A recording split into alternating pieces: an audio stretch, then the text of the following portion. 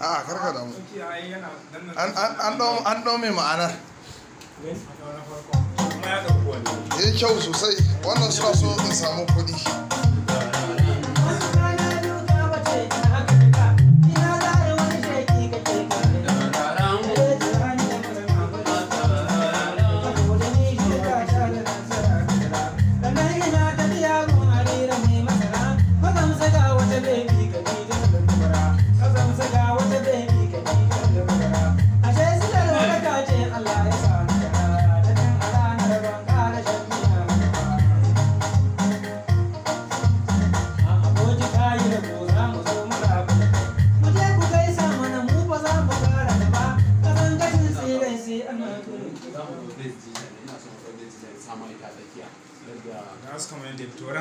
Shi ne magana